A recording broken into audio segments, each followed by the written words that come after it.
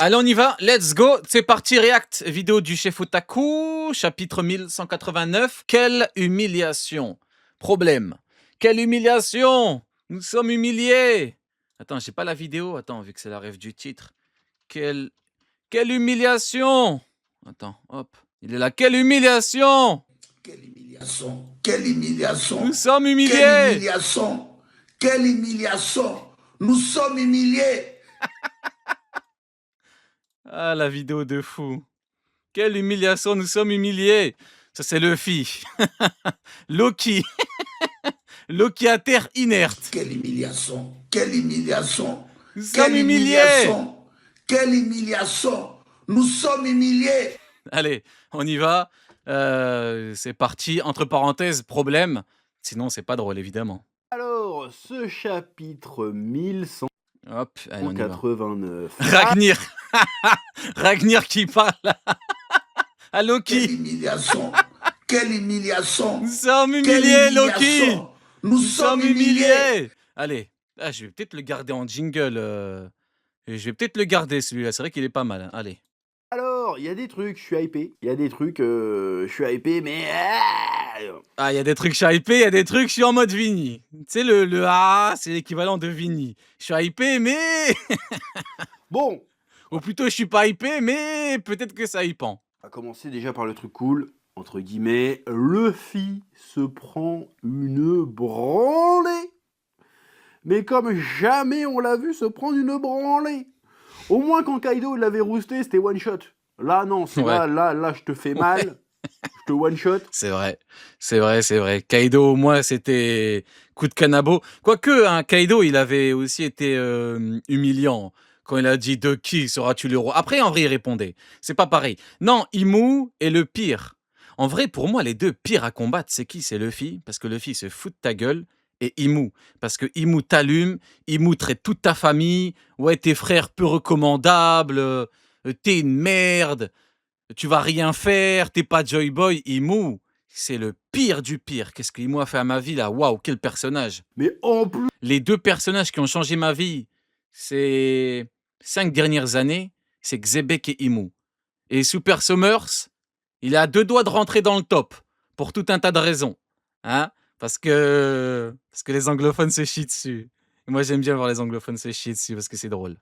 Je te torture là, je te dis tiens, je te mets une lame dans le bide, là, hop, une deuxième, là, oh, troisième je vais te couper la tête avec une hache. Et lui il est juste là, il peut même pas parler, sortir une blague en mode non, je vais m'en sortir, c'est là genre, il est en PLS total, ça fait plaisir. Parce que moi, sa petite gueule de Bugs... Ah, c'est pas mal ça comme question, c'est quoi ces types de Imu? Ah, pas mal. Ça, c'est pas mal, ça. On connaît les types, on connaît la liste de les si peu nombreux les types de Kaido, mais la liste de les si peu nombreux les types de Imu, genre les hops de Imu de l'époque. Et ouais, Davy Jones, Joy Boy. Ah, je me demande si tu peux en caler d'autres. Le Big 3, là. Il y a Imu, Davy Jones, Joy Boy. Je me demande si tu peux en caler un autre. Bunny, qui fait le guide. Nidog. Dozan. Ah, Dozan. Ah ouais, tout comme Dozan. Vous vous rappelez quand les gens... Oda est trop fort. Oda, il a fait dire à Imu, tout comme Dozan. Les gens ont câblé, ils ont jamais vu ça de leur vie. Tout comme Dozan. Les gens, ils ont serré. Ouais, comment ça, Dozan? Qu'est-ce que c'est que ça? Moi, j'étais mort de rire, les gens ont vrillé. D'ailleurs, lui, hein, on avait avec le chef Otaku, il avait vrillé. Avec Dozan, tout comme Dozan. Non, incroyable. Non, j'aime trop, ça me régale. Pendant que c'est la fin du monde, là, ça m'énerve. Donc là, il a ce qu'il mérite. Il se prend une bonne branlée dans sa gueule. Ce qu'il mérite carrément. Et ça fait plaisir. Ah voilà, ouais. Ça fait plaisir. C'est pas que j'aime pas Luffy, hein, mais c'est que, voilà, pour que le... J'aime pas Luffy, mais Vini. J'aime pas Luffy, mais j'aime bien quand quelqu'un lui pète la gueule. Le personnage puisse grandir, il faut qu'il perde. Voilà, les meilleures leçons sont apprises dans la défaite. Alors maintenant, la question, le suspense, c'est comment va-t-il s'en sortir? Parmi les plus grandes leçons, ouais, les plus grandes leçons, tu les apprends dans la défaite, il a pas tort, oui.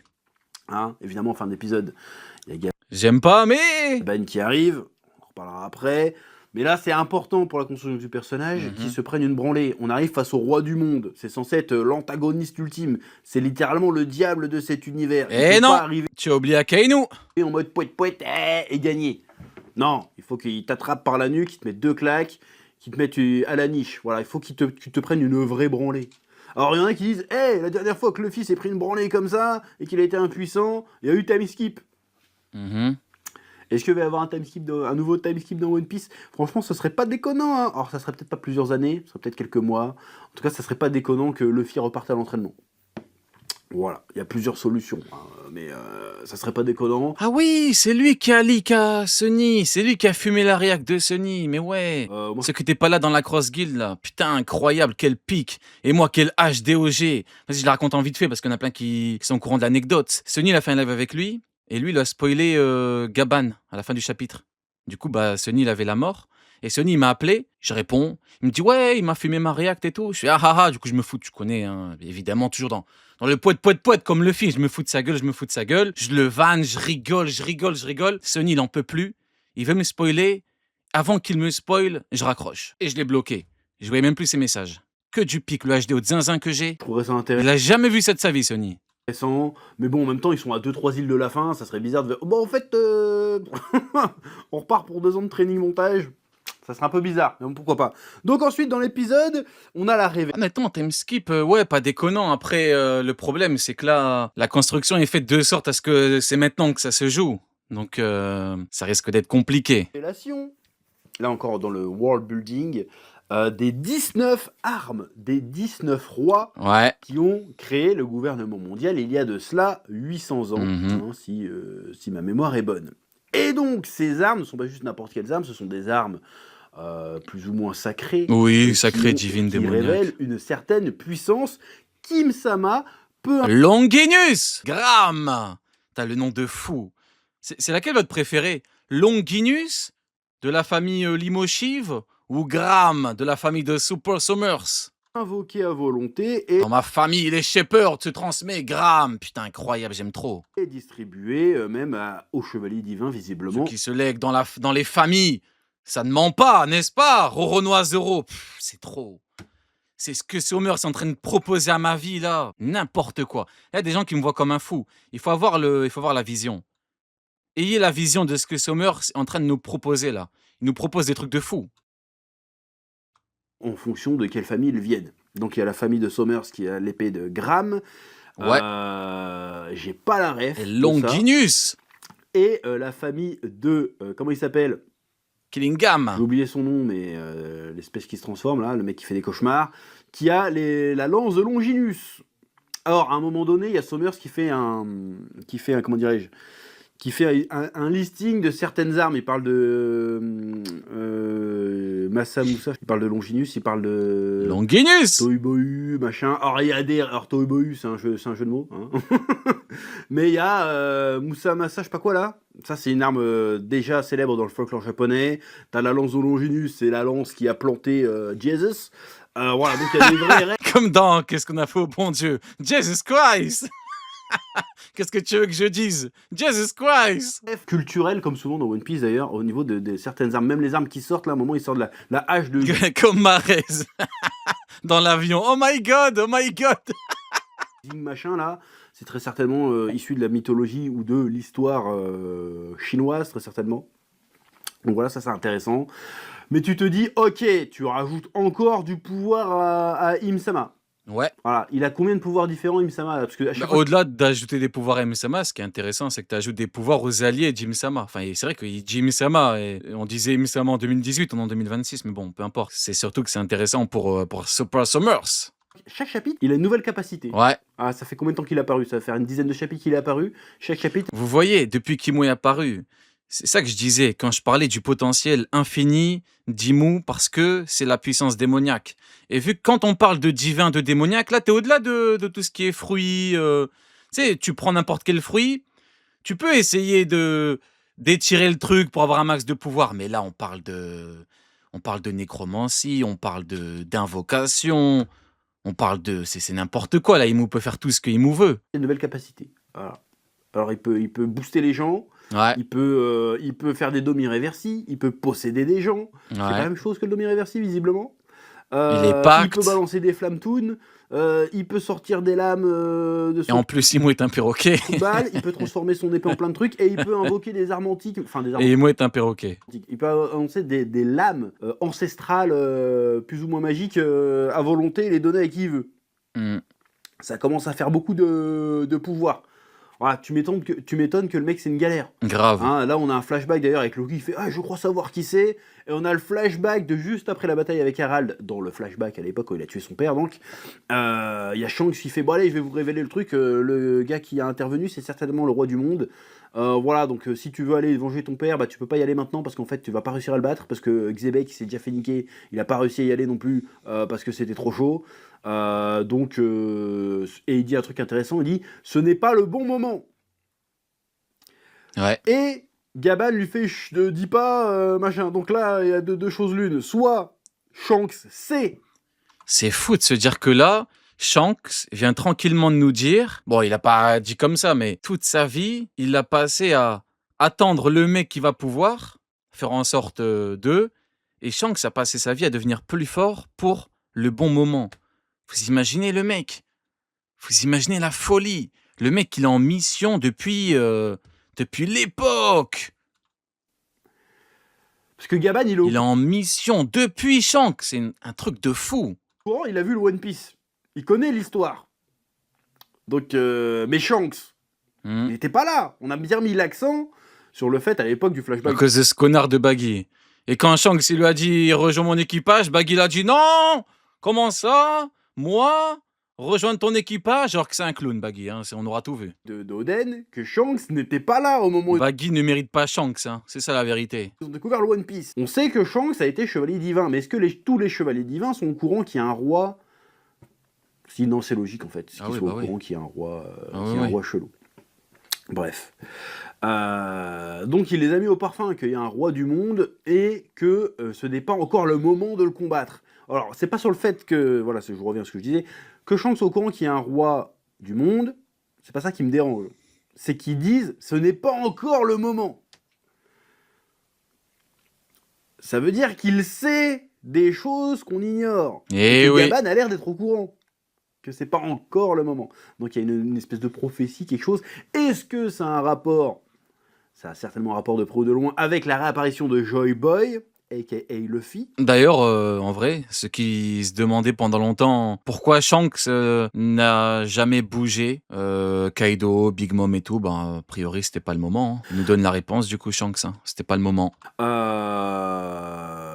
Très certainement, mais dans quelle proportion? Est-ce que c'était vraiment l'arrivée de Joy Boy qu'ils attendaient? Parce que Joy Boy, il est arrivé, le nouveau Joy Boy, il s'est fait défoncer sa race.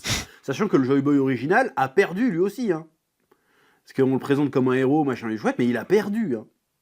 Ouais, après, il faut voir comment il a perdu. C'est vrai, il a perdu. Reste à voir comment ça s'est passé. Si Joy Boy s'est fait éteindre en 1v1 par Imu, alors là, on pourra dire il a perdu. Si ils sont arrivés, ils l'ont pull-up, il y avait les 20 rois, il y avait les cousins, les arrière-grands-pères, si tout le monde est intervenu, bon, faut pas non plus exagérer. C'est pour ça que le monde est tel qu'il est. Il a priori perdu. Alors on sait pas dans quel circonstance. Après, il a perdu, mais a priori, il a maudit, il a fait appel au frère Pogba. Fallait regarder la réact, les mecs. Il a fait appel au frère Pogba pour maudire Imu. Donc, même dans la défaite, eh ben, c'est même pas qu'il est resté jean, c'est que même dans la défaite, en vrai, il a fait en sorte d'emmerder Imu jusqu'au bout. Hein. Il a perdu, mais il a perdu. Fichu Super Mathias. Super Mathias. Prochain chapitre. Il y a Summers, il va appeler Mathias. Allô, c'est qui? C'est Super? Le Joy Boy, je comprends pas pourquoi il va revenir, ça sera le héros, mais qu'à la base, la première fois qu'il est venu, il s'est pris une branlée, visiblement. Je suis pute, comme on dit. Voilà, je sais même plus pourquoi je disais ça. Donc voilà, on commence à déblatérer certains trucs, et là, il y a les restes des chapeaux de paille qui entendent ça. Vous avez vu les têtes de Sanji et Zoro à la fin du chapitre? Vous avez vu leurs têtes? Vous avez vu comment ils sont froids, en colère, à quel point ils en peuvent plus? C'est une dinguerie. Ça se voit, ils ont senti comme Jinbei. Ils ont senti que le fil là, il est dans un bourbier. Là, ils sont focus. Bah regardez Zoro. Depuis quand Zoro, pour te dire bonjour, il envoie une technique du roi des enfers. Te dire bonjour, vous me comprenez, il y a eu des trucs un peu avant, mais vous me comprenez. Depuis quand? Elle a dégainé technique du roi des enfers, dragon, sautrepassant, elle a tout envoyé direct. Ils ont pas l'air plus choqués que ça non plus. Ils ont pas l'air plus choqués que ça, donc le gars il déballe ça, il y a le roi du monde. Arugine fait ok viens mon frère, on va aller le péter ce qu'il a tué notre père. Et tout d'un coup il y a Robin qui arrive, fait hey Chopper, tu veux pas venir à la bibliothèque? Elle fait ouais, oh c'est intéressant tout ça. Elle est pas choc-barre, donc elle doit être au courant aussi Robin que du délire peut-être. Qu'est-ce qu'elle sait cette connasse? Au bout d'un moment faudrait qu'elle parle. Ah wow! Wow, la misogynie! Wow! Je monte au créneau, les mecs. Ah non, on ne peut pas laisser passer ce genre de choses. Sinon, hein? C'est quoi la prochaine étape? Hein? Choc-barre, donc elle doit être au courant aussi Robin que du délire peut-être. Qu'est-ce qu'elle sait cette connasse? Au bout d'un moment faudrait qu'elle parle. Hein. Donc bref, elle arrive, elle dit Chopper, hey viens dans la bibliothèque, et il y a un plan sur Zoro qui fait hey venez à la bibliothèque. Donc il y a un mystère dans la bibliothèque. Oui. Mais est-ce que ce mystère, ça va être juste du lore pour du lore, ou est-ce que ça va être un mystère qui va aider à résoudre une situation? Là, pareil, on a l'explication sur les 19 armes. Est-ce que ça va servir à quelque chose d'avoir introduit ce concept de 19 armes? Est-ce que ça va servir à quelque chose? Je pose la question. Parce que, est-ce que ça veut dire, par exemple, que le frère jumeau de Shanks a une de ses lames? Par exemple, vu qu'il est de la famille Phil Garland, on sait qu'il y a 19 familles. Comment est-ce que ça va servir à quelque chose? Ça sert déjà à quelque chose, vu qu'on a vu Super Summers avec Graham qui envoie Zoro sur le cul. C'est-à-dire, est-ce que ça va servir à quelque chose? Ils ont certainement une arme. Ou alors c'est le daron qui l'a. Est-ce que c'est... Comment il peut s'appelle la son ramener, jumeau quoi. à Shanks? J'ai oublié son nom. Est-ce que c'est son jumeau qui l'a? Qu'est-ce qu'ils vont faire avec cette histoire d'armes? Est-ce que c'est les armes de cette époque-là?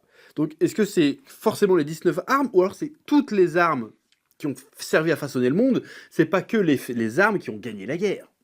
Il y a certainement aussi les armes de ceux qui ont combattu le gouvernement mondial à cette époque-là. Oui. Et pourquoi pas les armes de Joy Boy? Oui, également. Oui, tout à fait. Les armes des alliés de Joy Boy. Ouais. Mais après, pour moi, ça n'engage que moi, Ryuma était un allié ou était dans l'équipage, était même probablement le second de Joy Boy. Et Ryuma, il avait une épée et l'épée, on la connaît. Parce que Joy Boy, chaque fois qu'on le voit représenté, Nika, en tout cas qu'on le voit représenté, il a une épée, il a un bouclier. Peut-être qu'à un moment donné, c'est ça un indice. C'est genre, en fait, il y a une épée, il y a un bouclier, il faut que Luffy mette la main dessus, et une fois qu'il aura tout ça, c'est bon, il va pouvoir aller se bastonner contre le gouvernement mondial une bonne fois pour toutes. En tout cas, contre Imsama une bonne fois pour toutes. Il faut qu'il ait ses armes à lui aussi, très certainement. Je ne sais pas. Peut-être que c'est ça qui va se passer, je n'en sais rien. Mais il faut que cette notion des armes... Attends, il y a un monde où...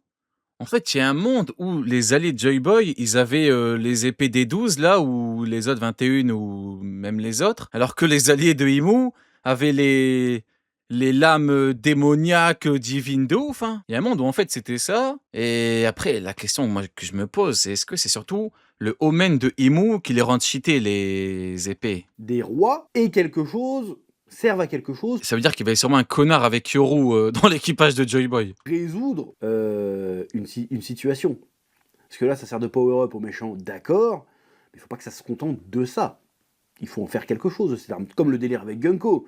Il faut en faire quelque chose. Mais on en fait déjà quelque chose, vu que c'est ce qui permet à Killingham et Summers d'être plus forts. Qu'est-ce qu'il veut dire par elle à un moment donné, il faut en faire quelque chose qui fait en sorte non seulement de dévoiler un peu plus du mystère, du grand mystère de One Piece, mais qui sert aussi à débloquer une situation. Si tu rajoutes que du lore pour rajouter du lore, et que finalement ça ne débloque aucune situation... Parce que ça sert actuellement à rendre plus fort Summers et Killingham. Ça aussi, il parle de la phrase « les armes qui ont construit le monde », il parle peut-être de ça. Parce que là, c'est pas que du lore pour ajouter du lore, parce que c'est un élément qui augmente la puissance de Super Summers et Killingham. Que ça ne fait pas réellement avancer l'histoire à proprement parler en termes de... ça permet aux adversaires de Sanji et Zoro d'être plus forts du coup. Péripéties. Pourquoi tu rajoutes encore du lore, quoi? Il y en a pas assez déjà? Tu vois ce que je veux dire? Dis juste qu'il veut pas que ça serve uniquement au power-up. Tu veux que ça serve à quoi d'autre? Je sais pas, il y a la symbolique de vœu d'égalité et la partie power-up, ça peut servir à quoi d'autre sinon? Oui. Donc, tu sens qu'il y a des infos qui commencent enfin à... Imu ment. Ah, vous êtes relou. Imu ment. Transparaître, mais les chapeaux de paille ont l'air de s'en branler. Pareil, hein, il y a Luffy, il y a un moment, Usopp, il sent son ki vaciller, Et ils ont pas l'air plus inquiets de ça. Même Nami, oh mais non, pourquoi tu veux que ça se passe mal? Qu'est-ce qui s'est passé là avec les chapeaux de paille? Les chapeaux de paille, ils sont pas censés être comme ça normalement? Ça se voit, il a envie de traiter Nami. Il a envie de traiter Nami, mais il se dit tout à l'heure, j'ai déjà traité Robin. Si je traite aussi Nami, on va me taxer de misogyne. Ils devraient s'inquiéter un peu plus. Voilà, je trouve pas normal que leur capitaine, il soit en PLS total, et eux, ils sont en train de taper la discute et de rien faire. Concrètement, ils font rien. Après, que peuvent-ils faire? C'est ça le problème. Là, il y a Zoro qui est bloqué contre Super Summers. Il y a Sanji qui est bloqué devant Longinus. Donc, ouais. Pas besoin. Après, il y a Jinbei qui a fait le taf pour protéger Ragnir. Bon, après, ouais, les autres... hein. Peut-être 10 pour attendre que Gunko ait des congèles, si tu veux. Il y a peut-être des trucs à faire. Là, il y a 4 mecs qui sont en train de se battre, alors qu'il y a 15 gars qui sont en état de se battre. Hein, il y a Gaban, il y a Luffy, hein, qui est en train de finir en brochette, t'as Zoro, t'as Sanji. Tous les autres sont en train de se branler la nouille. Ils sont en train de discuter depuis 15 chapitres autour d'un glaçon. Ce serait peut-être temps de se bouger le cul. Loki, il est... Je veux bien, mais se bouger le cul pour faire quoi? Parce que la dernière fois qu'Imu s'est retrouvé devant les plus forts de l'équipage, Zoro, il a failli crever. Après une espèce de pichenette de Omen, Sanji, il a graillé un coup de pied retourné à la papin et il a failli crever. Donc, contre Imu, ça va être compliqué. Il y a Jinbei qui pourrait facilement s'occuper de Zaza, quoi. Jinbei, en plus, c'est son élément, il pourrait le maîtriser. Il pourrait faire en sorte de... Comme a dit Neil... Et pourtant, c'est un grand fan de Jinbei. Hein. Qu'il bouge son cul, Jinbei, et qu'il nous fasse sa masterclass. Que de toute façon, il n'a pas trop le choix. Il n'y a pas de chevalier divin pour lui. KO, d'accord. Et puis en vrai, Jinbei contre un chevalier divin boosté Omen, ça risque d'être compliqué. Donc, Il a une excuse. Mais les autres, pourquoi vous êtes tous là? Bougez votre cul, allez sauver votre capitaine à un moment donné. Ouais, sauver votre capitaine, ça va être compliqué. Tout le monde va mourir.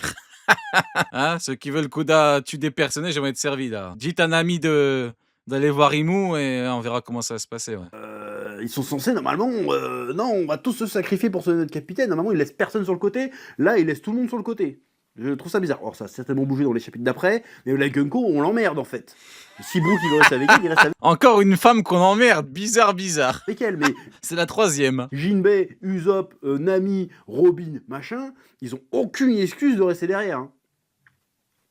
Là, pour le coup, je trouve que ce n'est pas logique. Ce n'est pas les chapeaux de paille que j'ai connus. Voilà, hein, je suis désolé. C'est pas les chapeaux de paille que j'ai connus. Moi, j'attends qu'il y ait une scène un peu comme quand ils ont combattu, comment il s'appelait, le gros démon, là Oz. À Thriller Bark, là où toute la team s'y met une bonne fois pour toutes. C'est ça qu'on veut voir. C'est pas voir, ah non, c'est Luffy, il va se débrouiller. Non. Ouais, je capte. Après, le problème, c'est qu'on parle d'Imu et que la dernière fois qu'Imu s'est confronté à... Mais rien qu'on voit ce que Imu a proposé à Luffy, là, c'est une dinguerie. Là, non, mais c'est simple, on est tous dans la merde, là. C'est pas compliqué. La conclusion, hein, c'est qu'on est tous dans la merde, c'est tout. Quand on dirait l'autre, on est tous dans la merde. Non. Vous sentez tous son ki, là, son fluide, son haki, t'appelles ça comme tu veux, qu'il y a un truc qui va pas. Bougez votre cul, faites un truc. Là, la Gunko, on l'emmerde, on lui pisse au cul avec Gunko. Ah ouais, wow, ah ouais, carrément. Ah ouais, d'accord. Ok. Il y a votre capitaine, là. Ça c'est bizarre aussi, je trouve. Oui. Et donc, Luffy sur le point tout ça de se faire achever salement, sans même avoir eu le temps. Ça commence à faire beaucoup, là. De faire un bon mot ou un truc comme ça. C'est d'habitude quand il fait face à la mort, il sourit en mode là non, c'est je suis dans la merde. Là il est pas bien là. Et donc on a Gaban qui arrive et qui bloque pas le big qui bloque le coup. Le big dévoreur de montagne d'Im-sama. Et là c'est intéressant. Ce qui va se passer risque d'être intéressant parce qu'on a quelqu'un qui connaît la vérité, qui connaît très probablement la vraie nature d'Im-sama, qui lui fait face en mode hey. Là, il va y avoir du storytelling. Là, ouais. Là, il va y avoir du dialogue. Là, ça risque d'être intéressant. Alors, c'est con que Luffy se trouve en PLS, il entendra rien, comme d'habitude. Mais là, ça va être très intéressant, parce qu'on a Gaban, il sait ce qui se passe, il connaît les secrets du monde, il connaît très probablement les secrets... Tiens, comment ça pour Gaban? Je trouve ça pas très crédible. T'as quoi contre Gaban, Lennox? Qu'est-ce que t'as contre le grand dévoreur de montagne? Im-sama doit très bien connaître qui est Gaban et l'équipage de Roger et le One Piece et Tutti Quanti. Gaban va spoil le One Piece. Comme lui a spoil Sunny. Gaban, il va tout nous dire. Mais une rencontre d'anthologie. Alors je dis pas que Gaban il va no diff Imsama, il va certainement très bien se défendre, mais peut-être même une chance qu'il y passe. Mais ça risque d'être intéressant à voir ça. Je veux vraiment voir cette rencontre. En vrai, c'est très intéressant parce qu'on verra un petit peu la façon de combattre de Gaban et ce qu'il peut proposer. Là, ça va parler, ça va dire des choses plutôt... Hein, ça va être pas Il va y mal. avoir du dialogue. Bon, évidemment, ça sera des dialogues un peu cryptiques. T'imagines Gaban, il lui coupe un bras. Parce qu'actuellement, on sait même pas si Imo peut se régène. Mais allez, imaginons que Imo puisse se régène. Imagine Gaban, il lui coupe un bras. Imagine la folie. Imagine. Certainement. En plus, Imo a la hache, là, la hache du chinois bourré, craqué au crack, là, qui a changé ses tétons aux yeux, là. Imagine Gaban, double H, Imo, big H, et Gaban qui lui prend sa hache. Imagine Gaban, il raquette le diable. C'est simple, si Gaban raquette le diable, c'est le plus grand personnage de One Piece, Gaban. Après, ça va être compliqué parce qu'on parle d'Imu. Mais si Gaban raquette l'épée du chinois bourré, là, à Imu, voilà, je lève les mains et c'est le plus grand perso de One Piece. Là, il n'y aura même pas de débat. On va pas forcément tout de suite les comprendre, mais ça va être une rencontre très très intéressante. Je veux vraiment voir ce truc. T'imagines, il lui raquette sa hache, il lui dit quoi? Écoute. Il lui dit, je vais t'apprendre comment on manie une hache. Démon. Il envoie un truc. Il envoie du haki des rois, t'as jamais vu ça de ta vie. Il y a Imu qui dit, je reconnais bien là, le dévoreur des montagnes, c'est le diable ou quoi, Gaban? Et là, il y a Imu qui commence à câbler, il dit, oh, c'est donc, la légende était donc vraie. Le plus grand manieur de hache de l'histoire. Du maniement des haches. La folie. Là. Ça risque d'être très très cool. J'espère qu'il va pas clamser Gaban. Bon, après, la question c'est comment Luffy va-t-il s'en sortir? Ah, là, je pars dans les instants théorie, là. Tu n'es qu'un perroquet. Perroquet. Quand j'ai vu la scène... Ou imagine. Gaban, il dit, la hache de Shantan, je ne l'avais pas vue depuis... Genre, le mec, il invente toute une histoire. Je l'avais pas vue depuis longtemps. Savais-tu quel est mon ancêtre? Il y a Imo qui dit, quoi? Mon ancêtre, c'est Shantan, premier. Il prend la hache, il lui envoie un truc, il lui coupe la tête. Je me suis dit, juste le sauver comme ça, lui donner juste 3 roast beef à bouffer, ça va pas le sauver. Là, il va falloir un truc un petit peu... Là, il va falloir du Deus Ex Machina, là. Là, il va falloir vraiment un miracle pour le sauver. Et que ce miracle soit méga stylé et relance vraiment l'intrigue. Un miracle avec les cheveux rouges, avec une balafre à l'œil. Hein? Un miracle qui apparaît, Foulaki des rois, et qui dit « Ah, Gaban, ça faisait longtemps que je ne t'avais pas vu avec un tel sourire. » Et Gaban qui regarde et qui dit « Shanks, tu es enfin là. On se le fait ?» Non, je commence à me faire des scénarios de ouf, là, je raconte n'importe quoi. Et je me suis souvenu d'un manga que j'ai lu il y a quelques années qui fait partie d'un de mes mangas préférés. Il s'appelle Yu Yu Hakusho. Je vais vous spoiler Yu Yu Hakusho, du coup. Oula, en fait, il aime trop spoiler les gens, lui, j'ai remarqué. Hein. Il a spoilé Sony, il est venu spoiler Yu Yu Hakusho, là. Que ça. Ok, bon, on va s'arrêter là. Bon, eh ben écoutez, voilà pour la vidéo. Voilà. Bon, au moins, on aura pu se régaler à parler d'Imu, etc. Voilà. Petite vidéo tranquille, on s'est régalé.